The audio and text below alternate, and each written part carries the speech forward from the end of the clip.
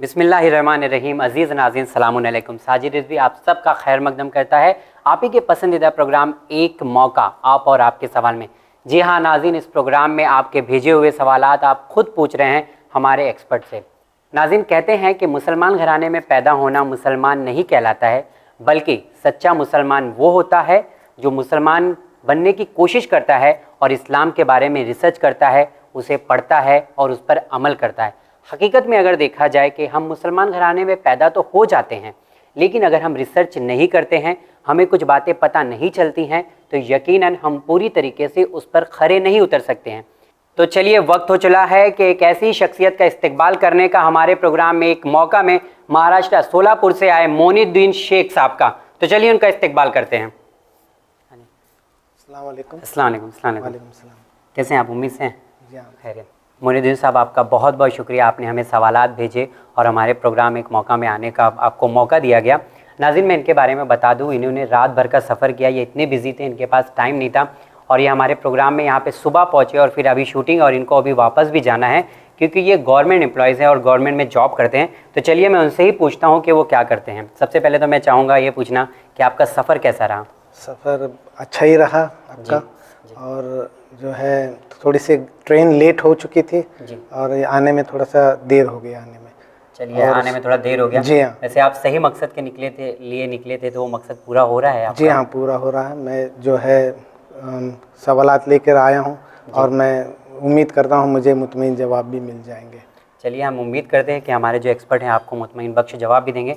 लेकिन मैं ये पूछना चाहूँगा, जैसा कि आपने अपने प्रोफाइल में भी लिखा था और हमने आपसे बात की कि आप जो है एक एयरफोर्स में थे 21 साल आपने, तो क्या है वाक़या वो?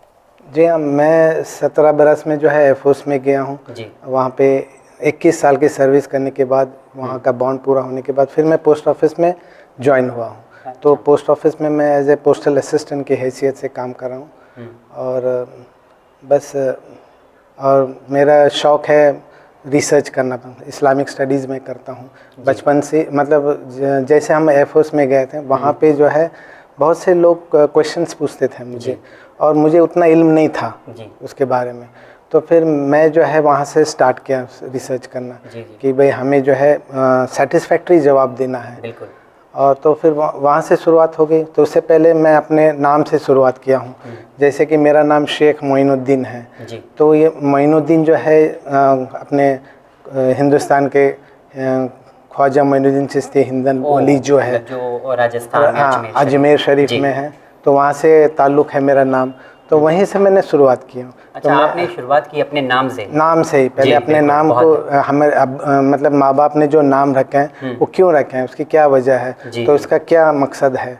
तो फिर मैं अजमेर भी गया हूँ, अजमेर शरीफ में, वहाँ पे मैंने देखा उनके मज़ार शरीफ के ऊपर जो इमाम हुसैन का नाम लिखा हुआ है। ओके। जहाँ पे लिखा है शाह हस्त हुसैन, बादशाह हस्त हुसैन, दीन हस्त हुसैन, दीन पनाह हुसैन। और फिर मैं एयरफोर्स में भी था, एज ए एयरफोर्स में मैं सोल्जर हूँ बेसिकली। अच्छा। तो फिर मैं इमाम हुसैन जो है वो भी एक सोल्जर है, इस्लामिक, मैं उनको मॉडल मानता हूँ, इस्लामिक सोल्जर हैं।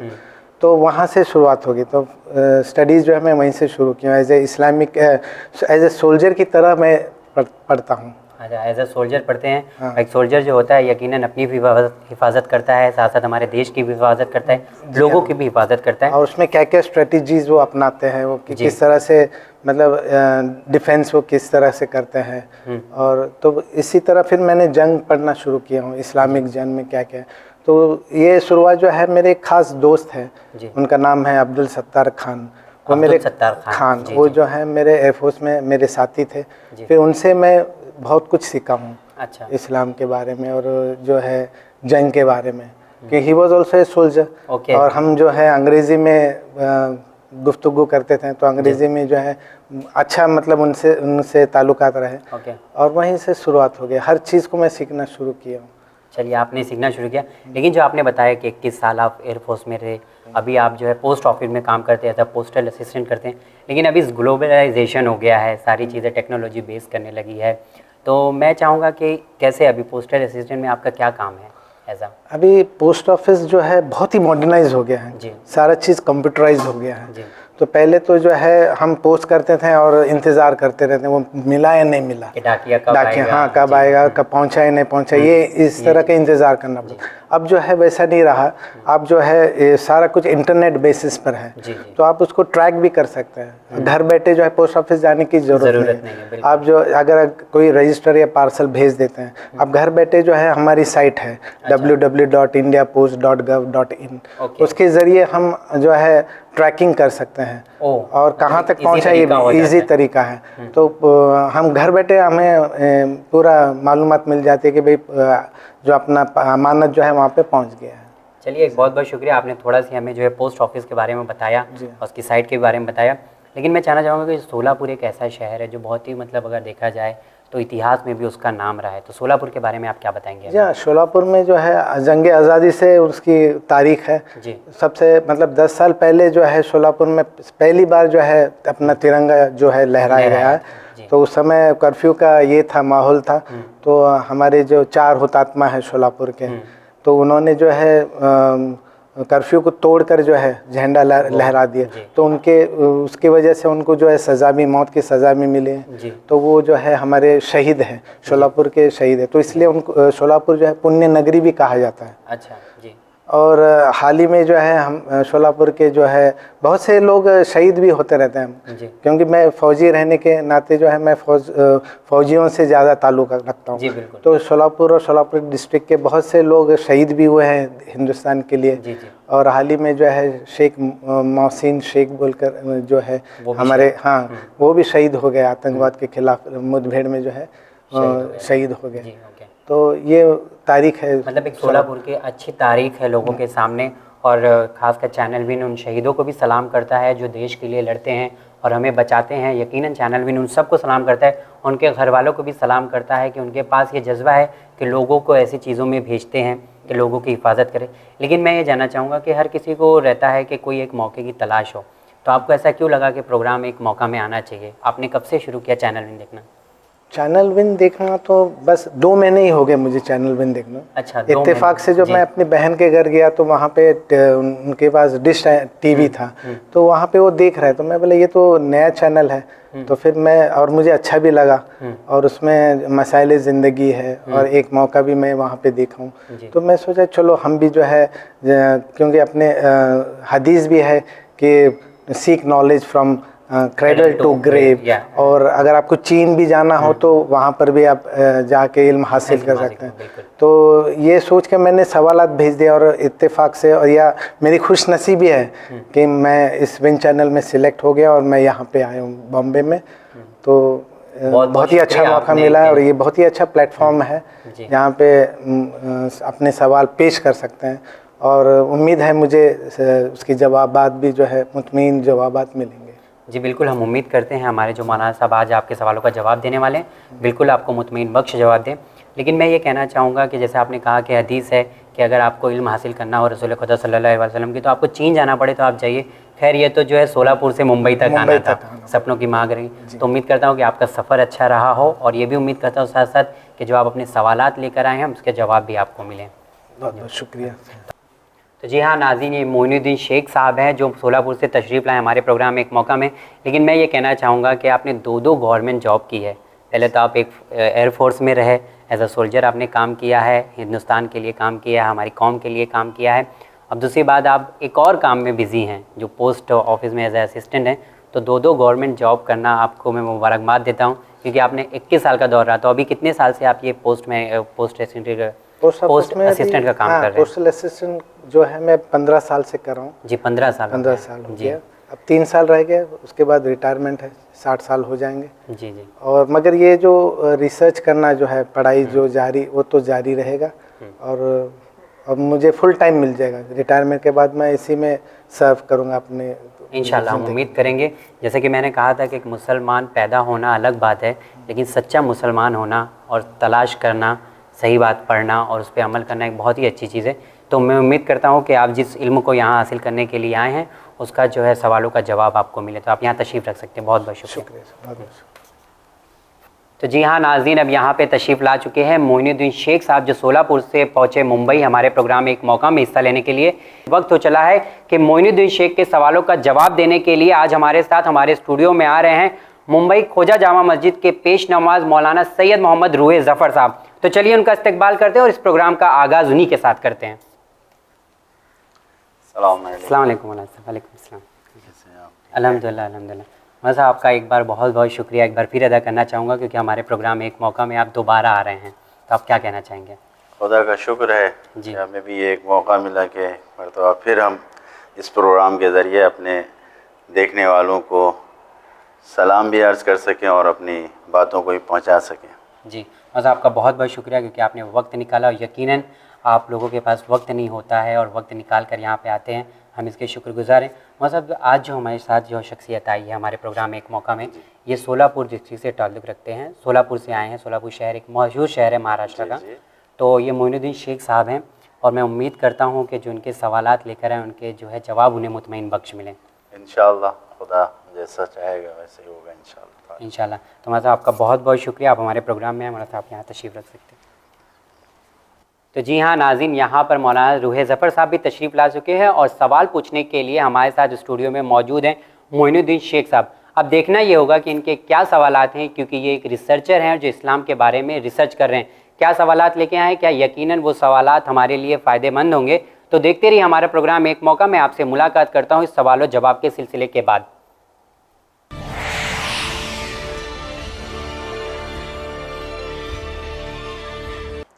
बिस्मिल्लाहिर्रहमानिर्रहीम। सलामुन अलैकुम। अलैकुम अस्सलाम व रहमतुल्लाह।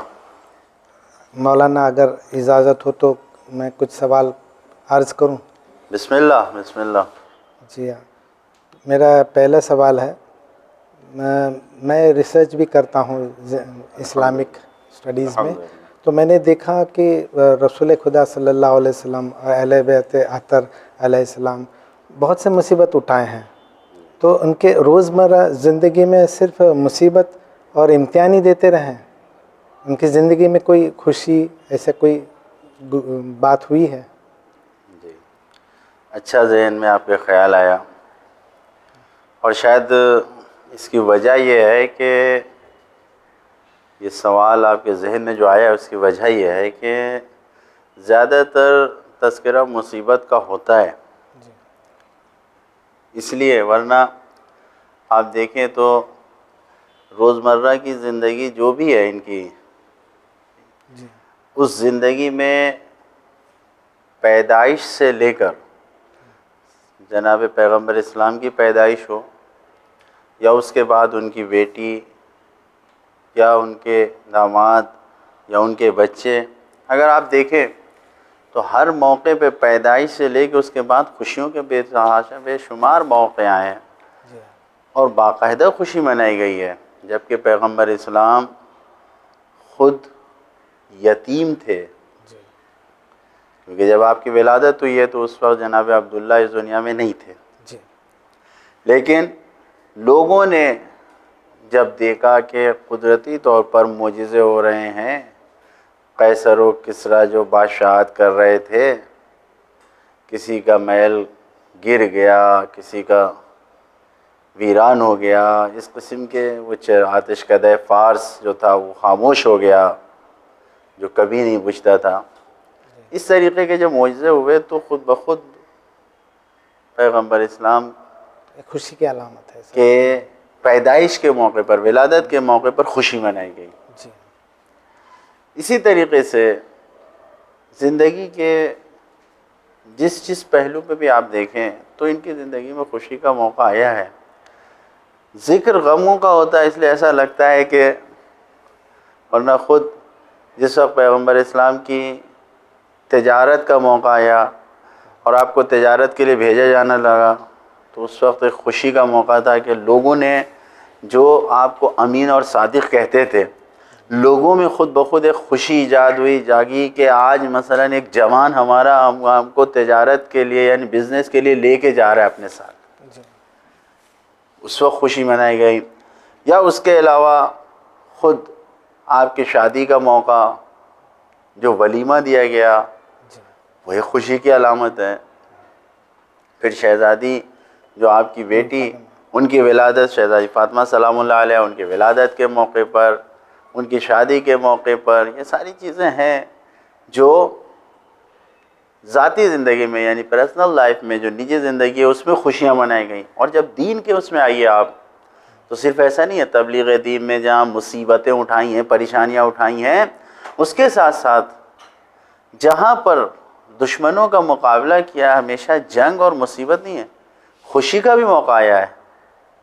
आप देखें जो क्रिश्चियन से जो नजरान के जो नसरानी थे, जो क्रिश्चियन से जब उनसे मुबाहला हुआ तो उस वक्त खुशी का मौका था, अल्लाह अकबर, जिसको हमारे यहाँ इस्लाम में ईद मुबाहला कहा गया है, वह खुशी का मौका था। इसी तरीके से जब अहले बैत अतहार अलैहिमुस्सलाम उस चादर यमनी, उस चादर ज़हरा में जमा हुए, बीबी की चादर में, और पाँचों पंजतन आये ततहीर जब नाजिल हुई तो एक खुशी का मौका था। इस तरीके से आप जितने भी देखते जाएंगे, ख़ुद इस्लाम की तबलीग के हवाले से भी खुशी के मौके बारहा पेश आए हैं। ऐसा नहीं है कि रोज़मर्रा की ज़िंदगी में सिर्फ मुसीबतों ही का सामना हो। बयान इस तरीके से होता है कि अगर एक इंसान जो शुरू से इनकी ज़िंदगियों से मुकम्मल तौर से वाकिफ़ ना हो तो इस वक्त जहन में ख़याल ये आता है सुनने से। लेकिन आप जैसे रिसर्च स्कॉलर जब आप देखेंगे तो अगर इस पहलू पे ही सिर्फ आप निगाह डालना शुरू करें तो आपको बहुत सी जगह मिलेंगे, बहुत से मौके ऐसे मिलेंगे कि जहाँ पर खुशी का बेपनाह सामना करने को और देखने को मिलता है अहले बैत की ज़िंदगी में। फतेह मक्के के दौरान भी खुशी हुई है। फतेह मक्का के दौरान खुशी हुई है कि जहाँ पर मुशरिकीन मक्का से ऐलान बरात जब आई हुई है, सूरह बरात के ऐलान के मौके पर खुशी मनाई गई है। इस तरीके से खुशियों के मौके बहुत से आए हैं, चाहे वो पैगम्बर इस्लाम की ज़िंदगी हो या अहले बैत अतहार की ज़िंदगी में, तो इस तरीके से मौक़े आए हैं। और जो है तफसीली मौजू है, अगर इस पर सिर्फ खुशियों को गिनाया जाए तो एक अलग एपिसोड, एक अलग प्रोग्राम चाहिए इसके लिए। आपने बहुत अच्छी बात कही है फतेह के मौके, मतलब खुशियों के मौके के बारे में, और मैं मुतमईन भी हुआ हूँ आपके जवाबात से, अल्हम्दुलिल्लाह। शुक्रिया।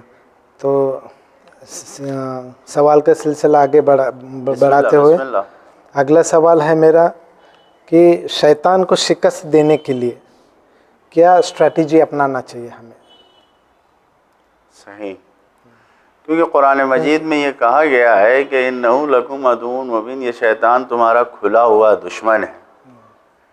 तो शैतान से मुकाबला करने के लिए हमें क्या करना चाहिए? अच्छा सवाल है। सबसे पहले देखिए, जो चीज़ हमको हमारे लिए बयान की गई है, ख़ुद कुरान मजीद से हमें सहारा लेना चाहिए। कुरान करीम में जो आखिरी सूरह नास है, इसके बारे में हमसे ये कहा गया है कि इंसान अगर इसको ज़्यादा से ज़्यादा पढ़ता रहे तो ख़ुद ब खुद शैतान से जंग में है, शैतान उससे दूर रहता है। और फिर अगर आप देखें तो अहले बैत के दर पे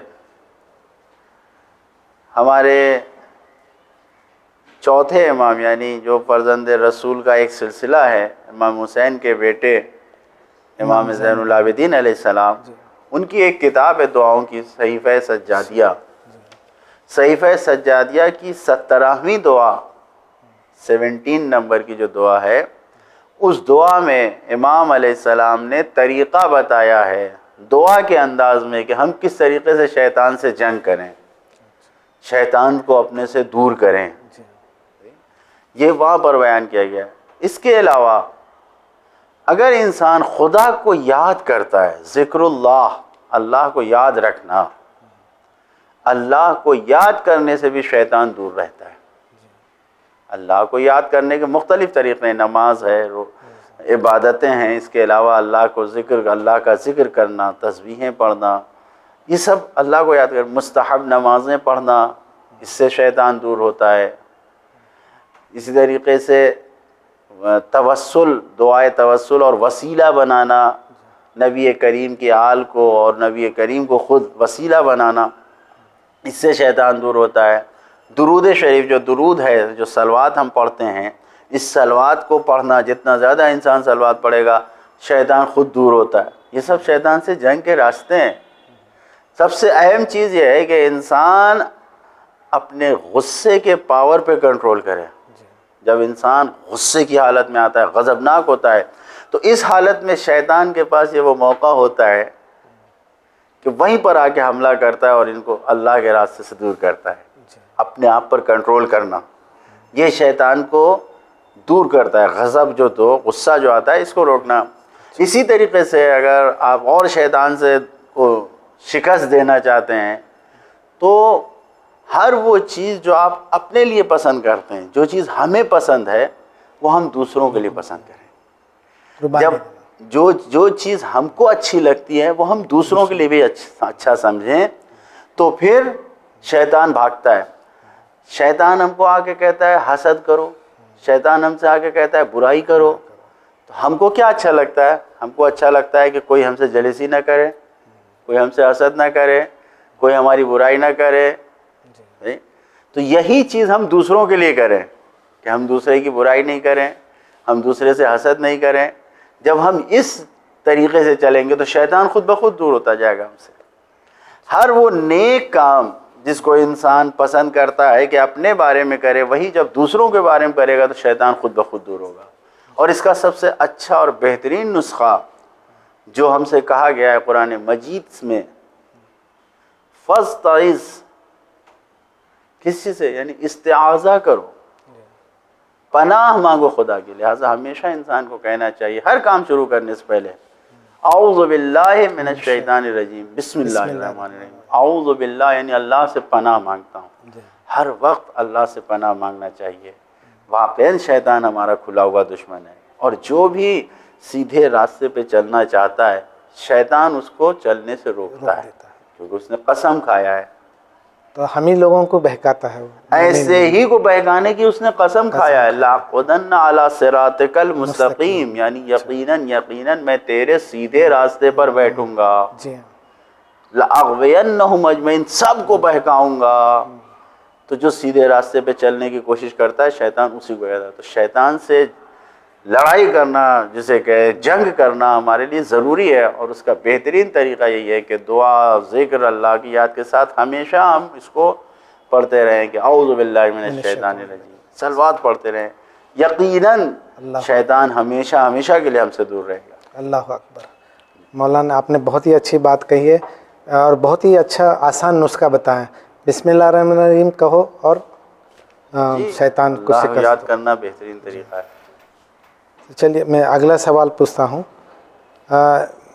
इंसान के नसीब को तफसील से बताइए, क्योंकि हम नहीं जानते नसीब के बारे में क्या है, और कुछ भी हादसा हो जाता है तो हम कहते हैं कि ये तो नसीब में था।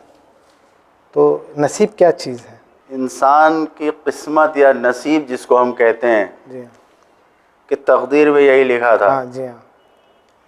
अच्छा सवाल है ये आप पूछ रहे हैं।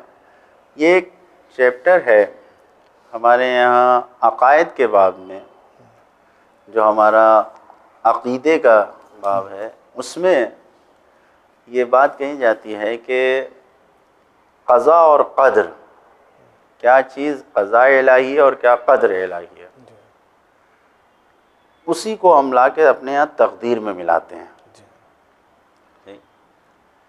लेकिन ये जब हम कहीं पर इल्मी बहस करते हैं, जहाँ पढ़े लिखे दानिश्वर इंटेलेक्चुअल होते हैं, वहाँ पर ये बहस होती है, तो वहाँ पर ये तकदीर और क़ज़ा और क़द्र की बहस होती है। आम तौर से जो हमारे मुसलमानों की एक जनरल बॉडी है, वो हर चीज़ को क्या कहती है, किस्मत में यही लिखा था, तकदीर।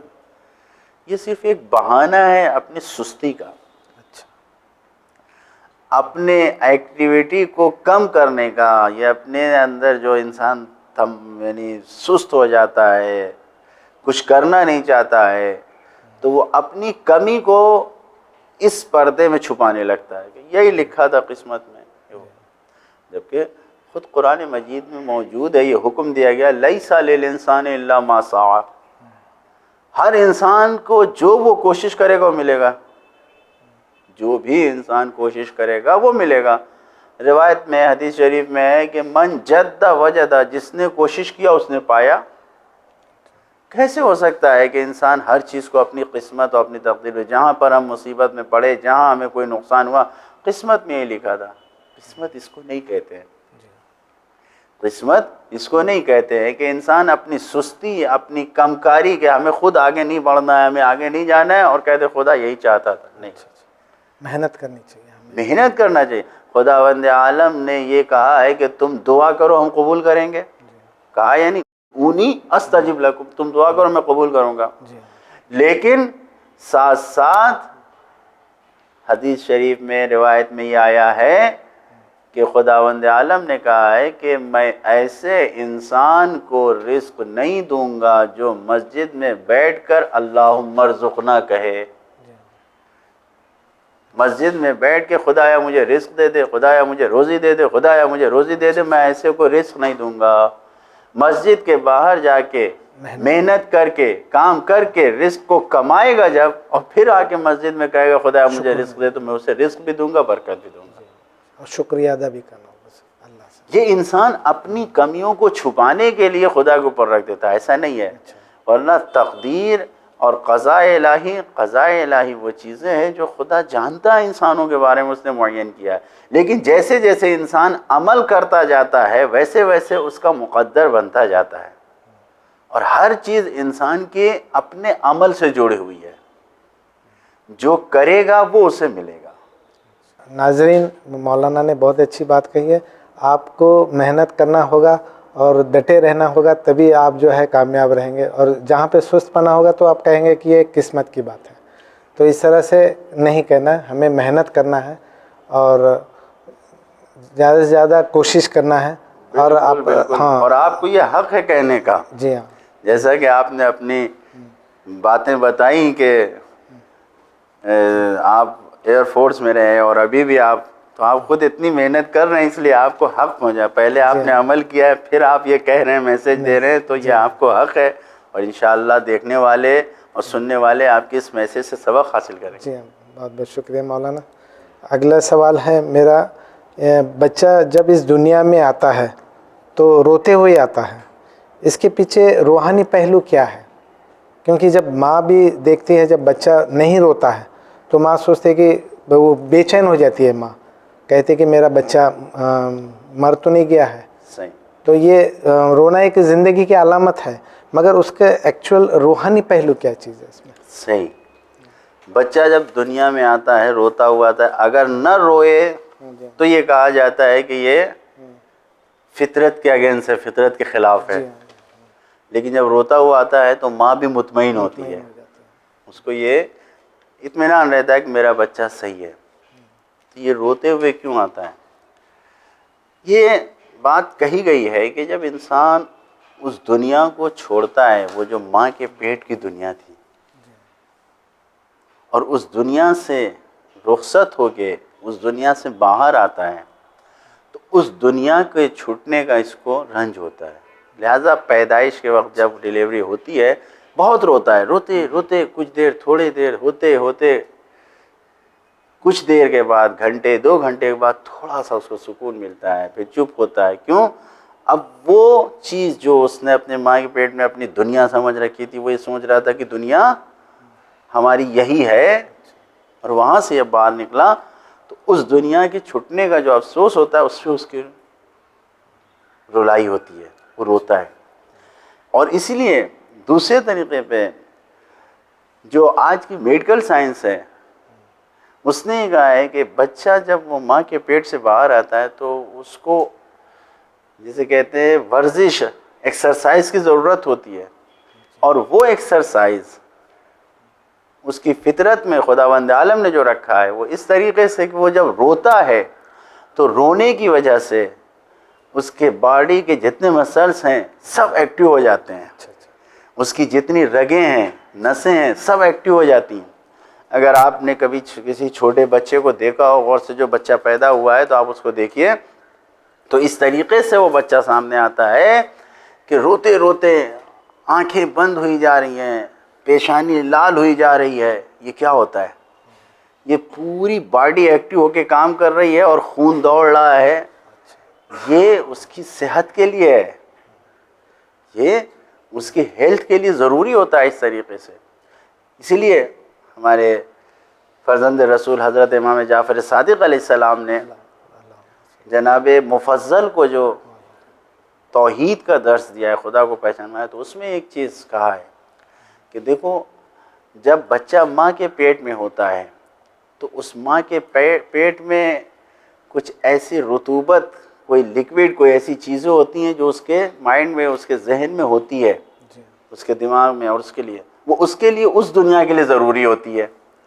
लेकिन जब वो उस दुनिया से बाहर होता है तो अब उसको काम नहीं है उसका।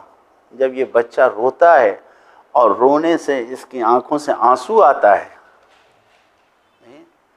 तो अब आंसुओं के ज़रिए जो चीज़ बह के बाहर निकल रही है वो एक सिस्टम है कि रोने में बच्चा एक्टिव हुआ, एक्टिव जब हुआ तो जो प्रेशर आया, प्रेशर से जो आंसू निकले, तो वो चीज़ जो ज़्यादा होती है जिस्म की, जिसे कहते हैं उसकी अब ज़रूरत नहीं है, वो चीज़ें आँखों के कतरे के ज़रिए बाहर आती हैं।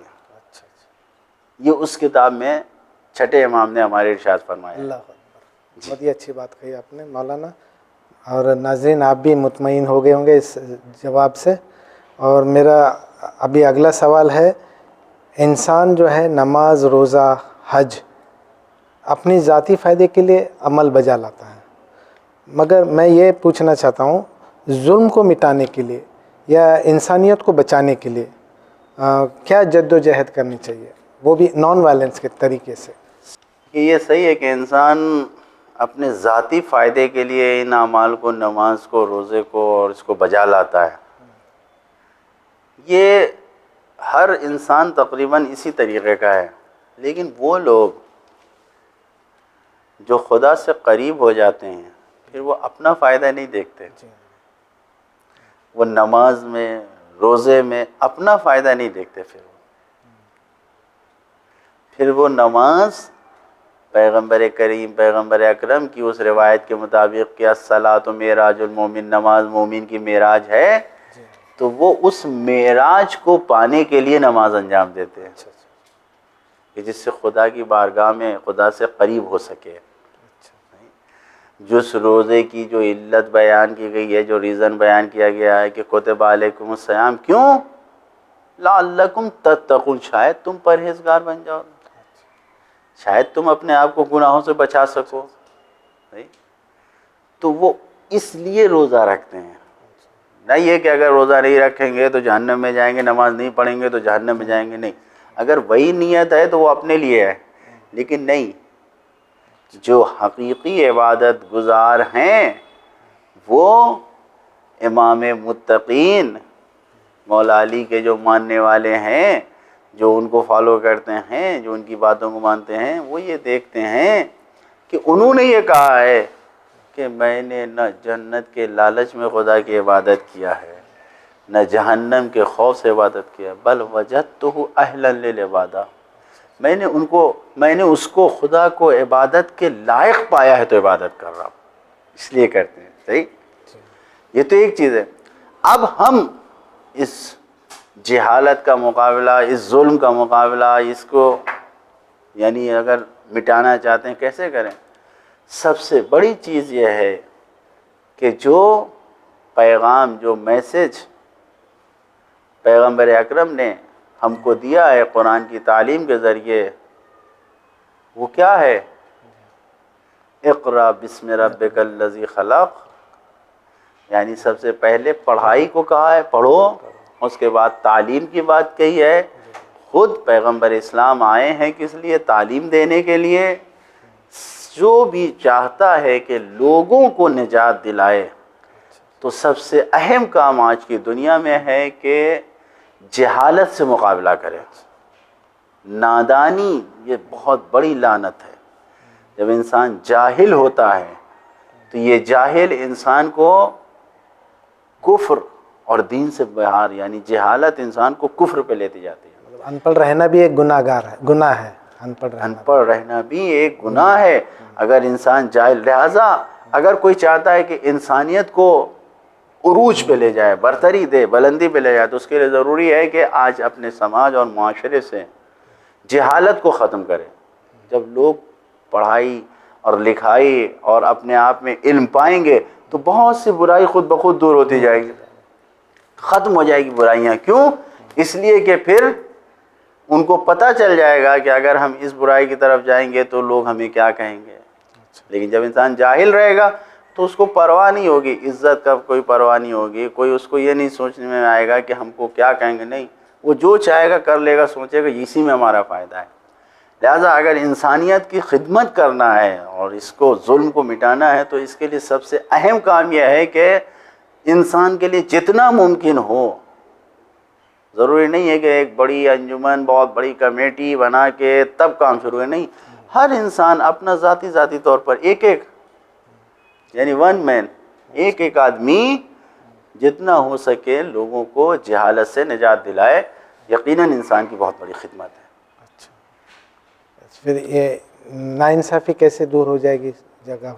नाइंसाफ़ी भी उसी वजह से है, ये जो नाइंसाफ़ी है ये भी जहालत की वजह से है। अन्नासु आदाउ मा जहलू, ये रिवायत में है कि लोग जाहिल हैं, दुश्मन है उस चीज़ के जिसके जाहिल हैं, जो नहीं मालूम होता। जब इंसान को मालूम ही नहीं है कि हमारा कितना हक़ है, हमारा कितना राइट्स है, हमें नहीं मालूम, तो हम दूसरे के हक़ को अपना हक़ समझते हैं। जब हमें मालूम हो जाएगा कि हमें इसी जगह पे रहना है तो हम दूसरे की ज़मीन पर कब्ज़ा क्यों करेंगे? जहालत की वजह से दूसरों के माल को अपना माल समझने लगे, जुल्म करना शुरू कर दिया। जुल्म करने देंगे। जुल्म आता ही उस जगह पर है जहाँ पर जहालत होती है। ये नाइंसाफ़ी जहाँ पर भी है वो इसी वजह से है कि इंसान जाहिल है। अगर नाइंसाफ़ी को ख़त्म करना है तो उसके लिए भी जहालत को ख़त्म करना ज़रूरी है। नाज़रीन, मौलाना ने बहुत ही अच्छी बात कही है और जुल्म को मिटाने के लिए एक रूहानियत तरीके से उन्होंने रास्ता बताया है। और आपको जहालत जितना दूर होगी तो इंसानियत भी बरकरार रहेगी और जुल्म भी मिट जाएगा। तो मेरा अगला सवाल है मौलाना साहब कि इस्लामिक इल्म के कितने दर्जात हैं? इस्लामिक इल्म के अंदर कितने दर्जात हैं और कौन कौन किस तरह से मतलब ये फैज़ है? ये बहुत ही फैला हुआ सवाल है और अगर इस्लाम में उलूम को देखा जाए तो जो किस्म बयान की है वो एक जनरल किस्म जो है वो दो है, एक इल्मुल अबदान है और दूसरे इल्मुल अदियान है। यानी एक जिस्म को सही रखने का इल्म है और एक रूह को सही रखने का इल्म है। अदियान यानी दीन, जो शरीयत के कैसे इंसान ज़िंदगी गुजारे, दीन और शरीयत का इल्म, और एक जिस्म को सही करने का इल्म है। ये किस्म है इल्म की। और अगर देखा जाए तो इल्म के जो दर्जे और मर्तबे हो सकते हैं तो उसको जो बयान किया गया वो इस तरीके से बयान किया है कि ख़ुद इल्म के 3 दर्जे हैं, 3 स्टेप पे इल्म होता है।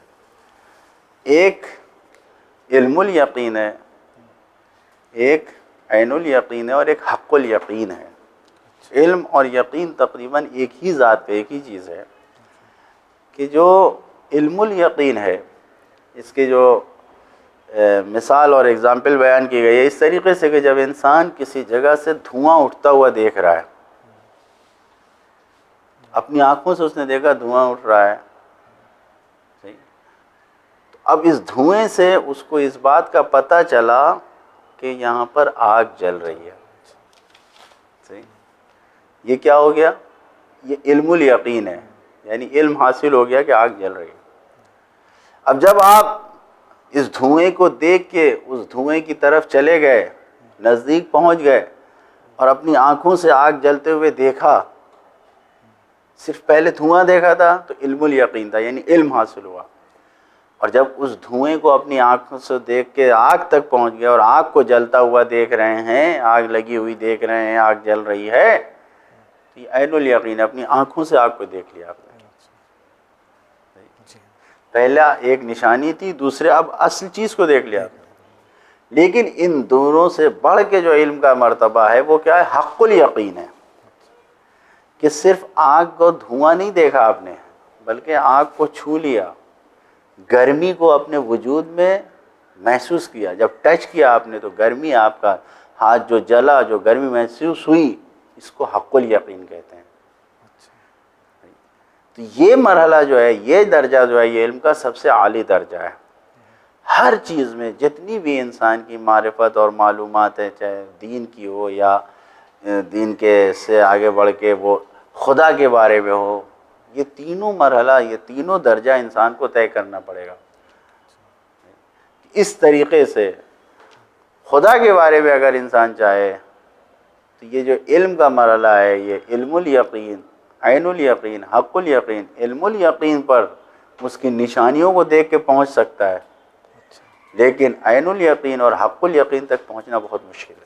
बहुत बहुत शुक्रिया मौलाना आपका। अभी मेरा अगला सवाल है रूह के बारे में। रूह का डेफिनेशन क्या है? क्योंकि हम रूह तो देख नहीं सकते और उसको समझ भी नहीं पाते हम। रूह क्या चीज़ है? रूह एक ऐसी चीज़ है कि जो इंसानों के समझने के लिए है भी नहीं। रूह कुरान मजीद की रोशनी में आपको आयतों से मिला के इस बात को बताऊं कि कुरान मजीद में खुदावंद आलम ने इरशाद फरमाया पैगंबर अकरम से और कहा कि यसअलूनका अनिर रूह, ऐ पैगंबर आपसे ये रूह के बारे में सवाल पूछ रहे हैं कि रूह क्या है। तो फिर खुदा ने कहा कुलिर रूह मिन अम्र रब्बी, ए रसूल आप इनसे कह दीजिए कि रूह ये हमारे परवरदिगार का एक अम्र है, एक हुक्म है, पावर है, एक हुक्म है, एक पावर है जो खुदा का है। अच्छा, रूह पूछ रहे हैं कि रूह क्या है, तो उनसे बता दिए कि रूह क्या है। तो अब अगर हमें रूह को समझना है तो अल्लाह के पावर, उस हुक्म को समझना पड़ेगा। सही। कुरान मजीद में हुक्म दिया गया कि अला लहुल अम्र कुल्लु, यानी आगाह हो जाओ कि सब हुक्म खुदा के लिए है। सूरह यासीन में ये आयत आई, इज़ा शर अरादा शैअन अन यक़ूल लहु कुन फयकून, यानी जब खुदा किसी चीज़ का इरादा करता है या किसी अम्र का इरादा करता है तो कहता है हो जा, वो चीज़ हो जाती है। तो मालूम ये हुआ कि खुद अम्र जो है, यानी ये हुक्म जो खुदा का है, ये खुदा का कहना है कि कुन यानी हो जा, कुन यानी ईजाद करना। खुदा का कहना है कि ईजाद हो जा, वजूद में आ जा, वो चीज़ वजूद में आ जाती है, फ़ौरन वजूद में आ जाती है, देर नहीं लगती उसमें। रूह भी खुदा का एक हुक्म है, खुदा का एक हुक्म है, और हुक्म खुदा का वही है कि जिसको खुदा कहता है ईजाद हो जाता है।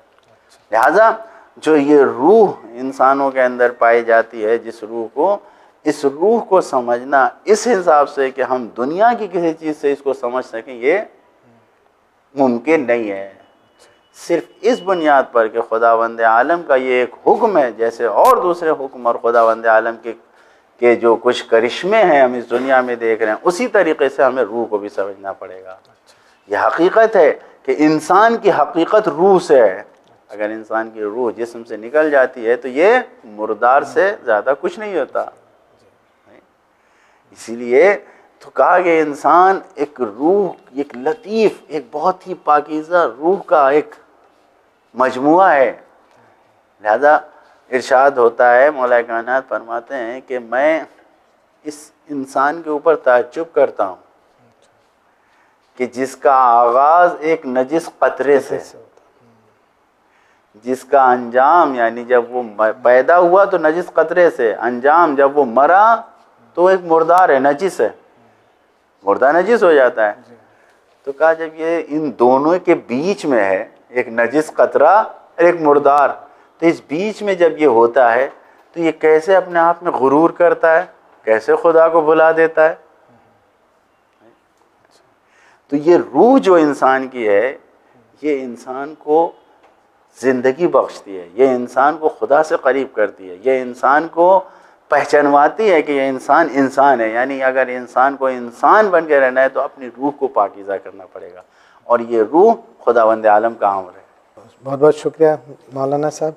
अगला सवाल है मेरा, मौत के करीब सकरात की हालत या कोमा स्टेज जो कहते हैं, ये क्या चीज़ है? कोमा या सकरात की हालत, मौत के करीब जो होती है। देखिए, जब इंसान की मौत का वक्त आता है और मौत की जो हालत होती है, वो खुद मरने वाले को महसूस नहीं होता कि वो किस हालत में है। दूसरे लोग देख लेते हैं कि जान निकल रही है, जिस्म में हरकत कम हो रही है, परेशानी का, यानी मौत का पसीना चेहरे पे आ रहा है, नहीं? तो बिल्कुल मौत से पहले की जो हालत होती है उसको सकरात कहते हैं। सकरात मौत कहते हैं। ये जो इंसान अगर इसको समझना चाहता है तो इसके बारे में बहुत ही डिटेल में गुफ्तगू की गई है। बस ये इंसान को सोचना चाहिए कि मौत की सख्तियाँ बहुत ज़्यादा हैं। यही जो अभी आपने पिछला क्वेश्चन पूछा, ये रूह जो इंसान को ज़िंदा किए हुए है, जब ये रूह इंसान के जिस्म से जुदा होती है तो ये इंसान की मौत है। ये रूह इस दुनिया से निकलकर इस इंसान को दूसरी दुनिया में ले जाती है, ये मौत है। तो उस वक्त ये बिल्कुल इसी तरीके से कि जब इंसान अपने पास ताकत न रखता हो तो एक कपड़ा अपने जिस्म से उतारने में उसको मुश्किल हो जाता है, हाथ काम ना कर रहा हो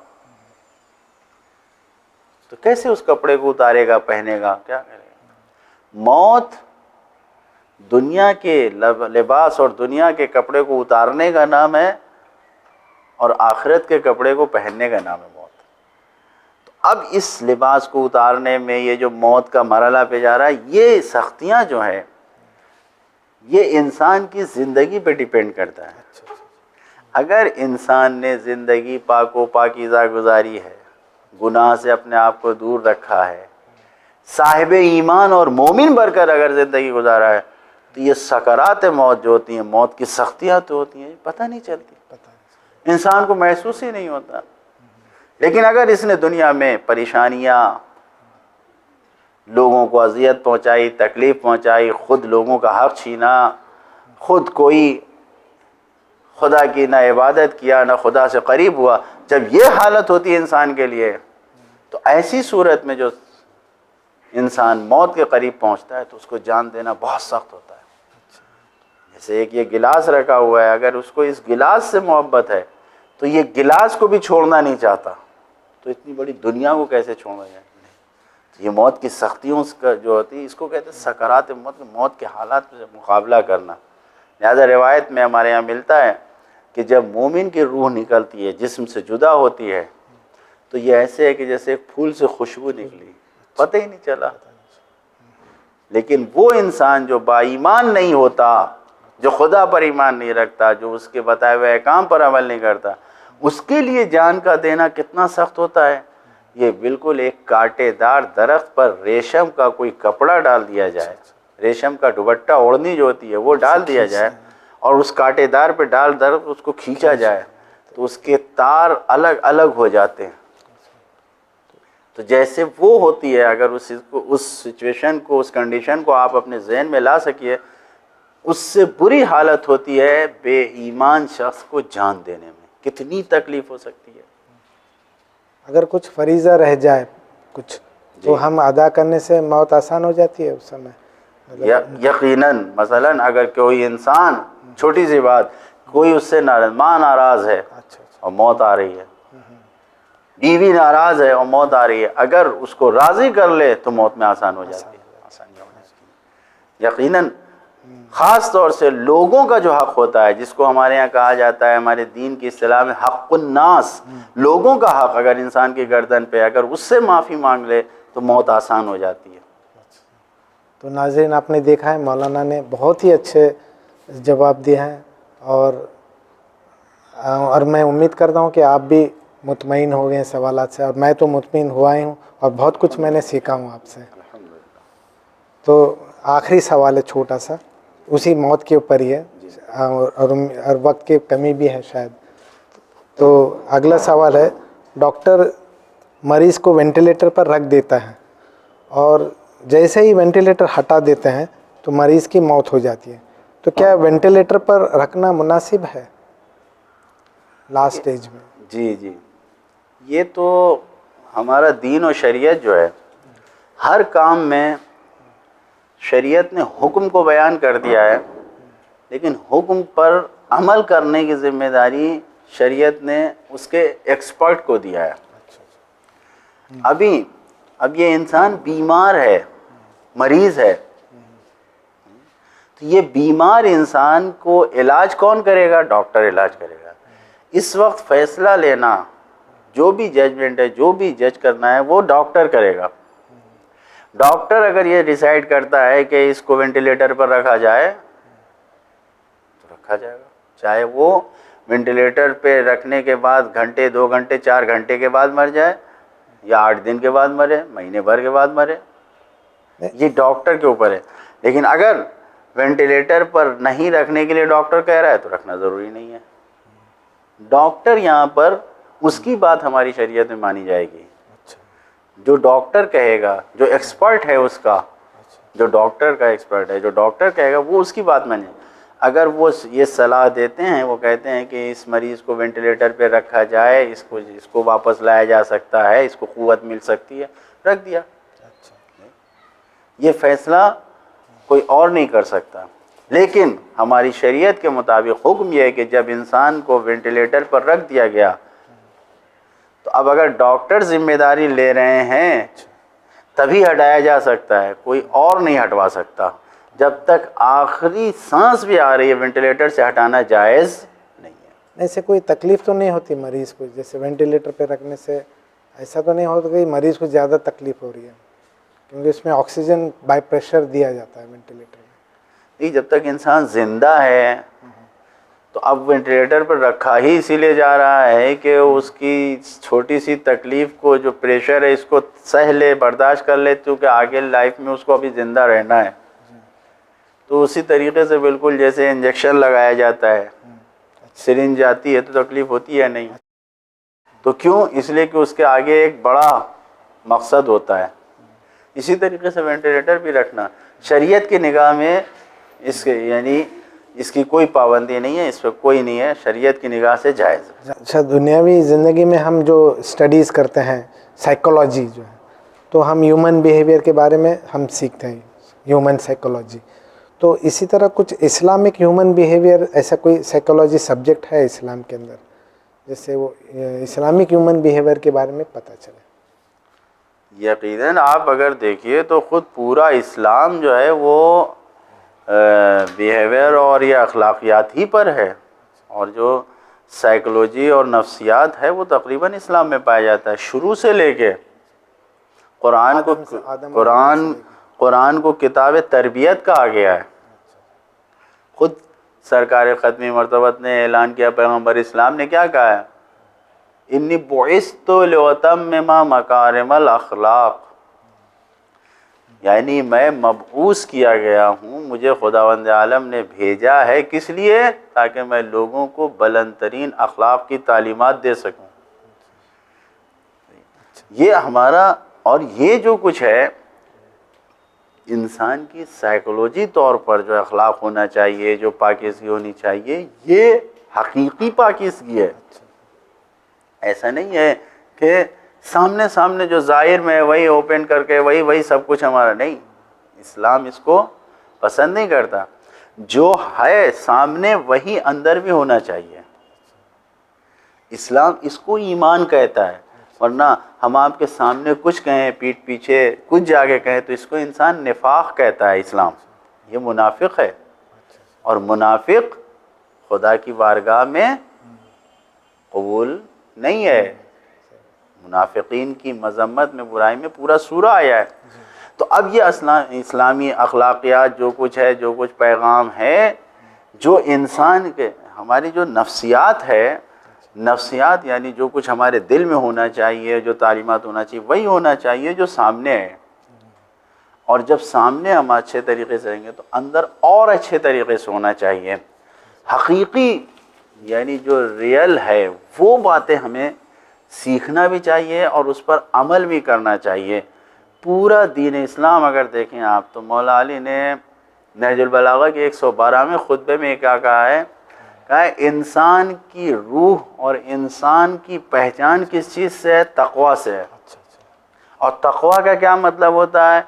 इंसान अपने आप को हर उस चीज़ से बचाए जो उसको खुदा से दूर कर दे, गुनाहों से बचाए और हर उस चीज़ से बचाए कि जो खुदा से दूर करते हैं। यानी जब तक़वा का मतलब ये नहीं कि अल्लाह से डरना, तक़वा का मतलब ये है कि हर वो चीज़ जो खुदा से हमें दूर करे उस चीज़ से अपने आप को बचाना। ताकि इंसान खुदा से दूर होने से बच सके। नहीं? तो ये सारी यानी मुकम्मल दीन इस्लाम की तालीमात जनाब आदम से लेके पैगम्बर इस्लाम तक और पैगम्बर इस्लाम के बाद से आज तक जितनी भी तालीम इस्लाम की है ये सब अखलाकियात पर ही है। इसी के ज़रिए इंसान की दुनिया भी आबाद होती है, इसी से इंसान की आखिरत भी बनती है। क्यों? इसलिए कि खुदावंद आलम ने कहा है कि मन अमिल सालिहन, जिसने भी कोई नेक अमाल अंजाम दिया मिन ज़करिन उन्सा, तो अब जो भी चाहे मर्द हो या औरत हो, जो भी नेक सालिह अमल, तो खुदावंद आलम उसे कह रहा है कि मैं उसे ज़िंदा रखूँगा और उससे बेहतरीन अजर अता करूँगा। ये नेक अमल क्या है? ये इंसान की जो इंसान की ज़िंदगी अखलाकी ज़िंदगी है उसके ज़रिए से नेक अमल अंजाम पाते हैं। अल्लाह अकबर, बहुत ही अच्छी बात कही। तो इंशाअल्लाह जो भी, और हमारे एक अजीम बुज़ुर्ग आलिम गुज़रे हैं शहीद मुर्तज़ा मुतारी, उनका कहना यह है कि अगर इंसान अपने आप को हैवानों से अलग करना चाहता है तो उसको मुत्तकी बनना होगा, क्योंकि जो अहकाम तक़वा के लिए साहिबान तक़वा को दिए गए हैं वो सारे अहकाम इंसान को हैवानों से अलग करते हैं। जानवरों से इंसान अपने आप को अगर अलग करना चाहता है तो उसे मुत्तकी बनना होगा, मुत्तकीन की सफ़ में अपना नाम लिखवाना होगा।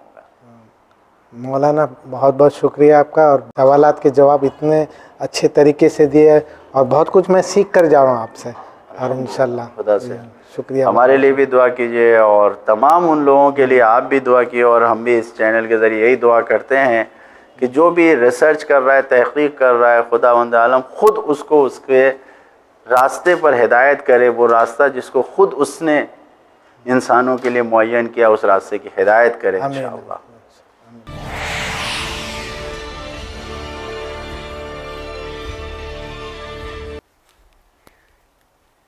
जी हाँ नाज़रीन, एक बार फिर से मैं हाज़िर हूँ। अब देखना ये होगा कि यकीनन जो है मोइनुद्दीन शेख साहब जो हैं सवालों के जवाब से मुतमईन हुए कि नहीं। तो मैं चाहूँगा कि आप यहाँ पे तशरीफ़ लाएँ। साहब आप भी तशरीफ़ लाएँ यहाँ पे। तो चलिए, अभी तक आपने बहुत सारे सवाल किए, अब मैं आपसे सवाल करना चाहूँगा कि आप जो उम्मीद से आए थे, सवालों का जवाब यहाँ पे तलाश कर रहे थे, क्या वो तलाश पूरी हुई, ख़त्म हुई यहाँ पे आपकी?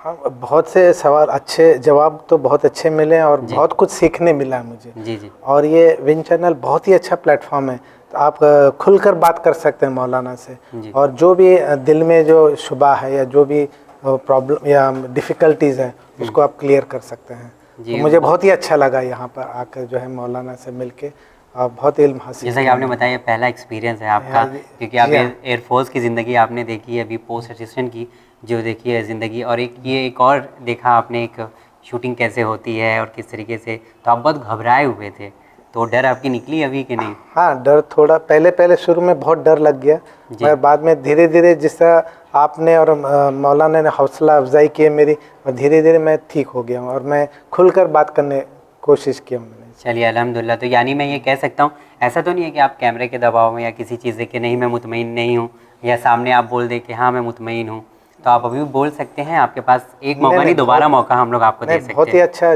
जवाबात जो है बहुत ही अच्छे थे, और मेरे इल्म में भी बहुत ज़्यादा इजाफा भी हो गया, और मैं हर उम्मीद करता हूँ और इसी तरह मैं आता रहूँगा विन चैनल में, और मैं जो है सवालात के जो है जवाबात हासिल करूँगा। चलिए बहुत बहुत शुक्रिया। मौलाना साहब, मैं आपसे पूछना चाहूँगा कि इनके सवालात कैसे रहे? अल्हम्दुलिल्लाह सवालात बहुत ही पुख्ता थे, और वाक़ई जैसा कि आपने शुरू में ऐलान किया और बताया कि ये ख़ुद एक रिसर्च के मैदान में कदम रख चुके हैं और हर चीज़ को बिल्कुल रिसर्च की निगाह से देख रहे हैं, उसी तरीके से इनके सवालात भी थे। जो भी इनके क्वेश्चन थे वो वाक़ई ऐसे थे कि जिसको इंसान को एक जुस्तजू होती है, और फ़कत दुनिया से ही, इस दुनिया से पेश आने वाले और ऐसे मसाइल नहीं थे जो इसी से रिलेटेड हों, बल्कि जो आखिरत से मरबूत थे, जो उस दुनिया के में इंसान के साथ पेश आ जाता है उससे मरबूत है। तो वाक़ई बहुत अच्छे सवालात थे, और यकीनन इनके सवालों से लोगों को भी जो सवाल इनके पसंद आएंगे, और इंशाअल्लाह कुरान व हदीस की रोशनी में जो मुमकिन था मैंने जवाब दिया, इंशाअल्लाह लोगों को पसंद आएंगे। नहीं, इन्होंने हमें बताया भी कि आपके जवाब से मुतमईन भी थे। जैसे आपने कहा कि इन्होंने बहुत छोटी छोटी रिसर्चर हैं, तो ध्यान रखा कि बच्चा रोता क्यों है जब पैदा होता है, और भी कई ऐसे सवालात जो इन्होंने पूछा, साइकोलॉजिकल बिहेवियर क्या है, उस पर भी आपने रोशनी डाली। मौलाना साहब, इनका मैं शुक्रिया अदा करना चाहूँगा, लेकिन ये चैनल इनकी तरफ से जो ट्रॉफ़ी है एक मौका की, जो यहाँ पे इस प्रोग्राम में पार्टिसिपेट करते हैं उनको दिया जाता है, तो मैं चाहूँगा कि आप इनको अपने हाथों से दें। इंशाअल्लाह खुदावंद आलम इनके लिए मुबारक करार दे। यकीनन इसी तरीके से इंशाअल्लाह ये रिसर्च जारी रखें और जो तलाश है आपको इंशाअल्लाह वो हासिल हो इंशाअल्लाह। बहुत बहुत मुबारक हो इंशाअल्लाह। चलिए मौलाना साहब, आपने इन्हें ट्रॉफ़ी दे दी, मैं भी आपको मुबारकबाद देता हूँ कि आपको ये ट्रॉफ़ी एक मौका की मिली। उम्मीद करता हूँ कि आपको यहाँ आना और ये आपको पसंद आया होगा। बहुत पसंद आया और बहुत अच्छा लगा मुझे यहाँ पे, और आप लोग सब बहुत क्रूज़ भी जो है फ्रेंडली थे, तो इसलिए मुझे डर भी नहीं लगा। कैमरा के सामने जो है मैं आराम से बैठा रहा हूँ और कोई कैमरा फेयर नहीं था आपको? कैमरा फेयर नहीं था। चलिए ठीक है, जैसा कि आपने कहा कि धीमे धीमे आप खुलते गए। हाँ, धीरे ठीक है, चलिए अल्हम्दुलिल्लाह। तो मैं चाहूँगा कि आपको मराठी आती है? जी हाँ, मराठी पण। तो मैं चाहूँगा कि एक मौका के लिए आप थोड़ा सी मराठी में बोलें। सोलापूरवरून आलो आहे मी, आणि सोलापूर जे एक पुण्यनगरी आहे, आणि आमच्याकडे जे 4 हुतात्मा आहे ते सोलापूरचे खूप म्हणजे आमचे वैशिष्ट्य आहे, आणि सोलापूर चादरी पण फेमस आहे महाराष्ट्रामध्ये, आणि मी सोलापूरचा आहे, मी त्यात मी गर्व मानतो मी। चलिए, इनका कहना था कि जो है सोलापुर जो एक ऐसी सिटी है जहाँ से जो है काफ़ी कुछ सीखने को मिलता है, उन्हें गर्व फील होता है, ये प्राउड फील करते हैं कि सोलापुर से ताल्लुक़ रखते हैं। तो अब मैं चाहूँगा कि हमारे जाते जाते, क्योंकि अब आप यहाँ पे आए थे, आपका सफ़र भी मुकम्मल हुआ, तो उम्मीद करूँगा कि आप एक मौका के लिए लोगों से अपील करें। आप क्या कहना चाहेंगे प्रोग्राम एक मौका के लिए, कि आपको चैनल में ने ये एक मौका फराहम किया? हाँ नाजरीन, ये एक मौका जो प्रोग्राम जो है बहुत ही अच्छा प्लेटफॉर्म है। अगर आपके दिल में जुस्तजू हो, या आपके इल्म की प्यास हो, या आप इल्म हासिल करना चाहते हो, या इल्म को बढ़ाना चाहते हो, आप भी अपने सवालात जो है एक मौका की प्रोग्राम में भेज सकते हैं, और इंशाल्लाह मेरी तरह आप भी जो है आपको सिलेक्ट किया जाएगा और आपको एक मौका दिया जाएगा इस चैनल के लिए। चलिए, बहुत बहुत शुक्रिया, आपने बेहतरीन तरीके से हमें बताया भी। मौलाना साहब, मैं भी चाहूँगा कि आप जाते जाते प्रोग्राम एक मौका के बारे में बोलें, कि ये एक अच्छी अपॉर्चुनिटी, ये प्लेटफॉर्म मिला है लोगों को, एक दिन की एंकरिंग भी कर लेते हैं, साथ साथ उनके जो सवालात हैं उसके जवाब भी उन्हें मिल जाते हैं। तो आप क्या कहना चाहेंगे? अपने तमाम नाजरीन से यही कहना चाहूँगा कि इस्लाम में ये हुक्म दिया गया है, फसलु अहले ज़िक्र इन कुंतुम ला तालून, अहले ज़िक्र से पूछो अगर नहीं जानते हो। तो शायद मुमकिन है कि हर इंसान अहले ज़िक्र और जो साहिबान इल्म है उन तक उसकी रसाई ना हो, तमन्ना रह जाए। लेकिन इस प्लेटफार्म ने इस तमन्ना को जो ख़त्म करने का और जो लोगों की प्यास को बुझाने का ज़िम्मा अपने सर पे उठा रखा है, इसके ज़रिए से पूरा फ़ायदा उठाइए और अपने सवालों को भेजिए, और दिल में ये कसक ना रह जाए कि हम भी पहुँचते और हम भी सवाल करते और हमको भी कुछ मालूमात होती। यकीनन इस्लाम दीन ही ऐसा है कि जितना ज़्यादा इसके बारे में इंसान तहक़ीक़ करता जाएगा, मालूमात करता जाएगा, उतना ज़्यादा ही वो इस दीन की हकीकत को समझता जाएगा और खुदावंद आलम की क़ुर्बत को हासिल करता जाएगा। लिहाजा सवाल करने से और पूछने से दूर नहीं हटना चाहिए, और उसका एक बेहतरीन प्लेटफार्म ये एक मौका है जो विन चैनल की तरफ से एक अतिया और तोहफ़ा है। इंशाअल्लाह इसका फ़ायदा उठाएँ। जी मौलाना साहब, बहुत बहुत शुक्रिया। तो आपने देखा किस तरीके से जो बताया गया कि आपको एक प्लेटफॉर्म दिया गया है, और बेहतरीन प्लेटफॉर्म है जो अपने सवालात आप पूछ सकते हैं। फ़िलहाल आपका भी बहुत बहुत शुक्रिया, क्योंकि आप बहुत ज़्यादा मसरूफ़ थे, आप आए यहाँ पे हमारे प्रोग्राम एक मौका में।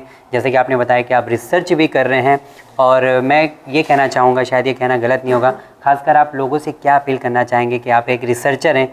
लोग मुसलमान घराने में हो जाते हैं, पैदा हो जाते हैं, तो अपने आप को मुसलमान कहते हैं। तो आप एक रिसर्च कर रहे हैं, आपने क्या फ़ील किया है एज अ रिसर्चर, आपने क्या ढूंढने की कोशिश की? पहले अपने आप में पहले तहक़ीक़ात करना चाहिए कि मैं मुसलमान क्यों हूँ, हाँ उसकी क्या वजह, और मुझे किस तरह से रहना है। क्योंकि हम हिंदुस्तान में रहते हैं तो हमारे साथ में अपने हिंदू भाई भी रहते हैं, तो कभी कभी वो सवालात करते हैं कि भाई ये क्या चीज़ है, ये क्या चीज़ है, तो हमें जो उनको सेटिस्फैक्ट्री जवाब देना भी चाहिए, और इस्लाम का सही उनका नॉलेज देना है, कि जस्ट ऐसा क्या हवा में बात नहीं करनी है, इस तरह से मतलब रूलिंग क्या है वो बताना है, जो एक्चुअल रूलिंग है वो बताना है। नहीं तो कुछ लोगों को half knowledge is always dangerous, जो है आप तो खुद अपने नॉलेज को तहक़ीक़ात करो और फिर जवाब दो। ताकि वो भी मुतमईन हो जाए और उनको पता चले कि इस्लाम कितना पाक मज़हब है और कितना अमन वाला मज़हब है। जी बहुत बहुत शुक्रिया, आपने बेहतरीन तरीके से बताया और यकीनन आपके सवाल देख के और आपसे जो मैंने बात की मुझे ऐसा यकीनन लगा कि आप एक रिसर्चर हैं। तो जी हाँ नाज़रीन, अगर आप भी चाहते हैं मोइनुद्दीन शेख की तरह एक मौका फराहम करना, क्या आपके जहन में भी उठ रहे हैं सवाल, तो उसे आप दबाइए नहीं बल्कि अपने सवालात हमें ईमेल कर दीजिए। हमारा ईमेल एड्रेस है emwin786@gmail.com। ज़्यादा मालूमात के लिए आप हमें कॉल भी कर सकते हैं, हमारा नंबर है 9619667578। जी हाँ नाज़रीन, आपके सवालों का मुंतज़िर है आपका पसंदीदा प्रोग्राम एक मौका। देखते रहिए चैनल में पैगाम इंसानियत। शुक्रिया, खुदा हाफिज़।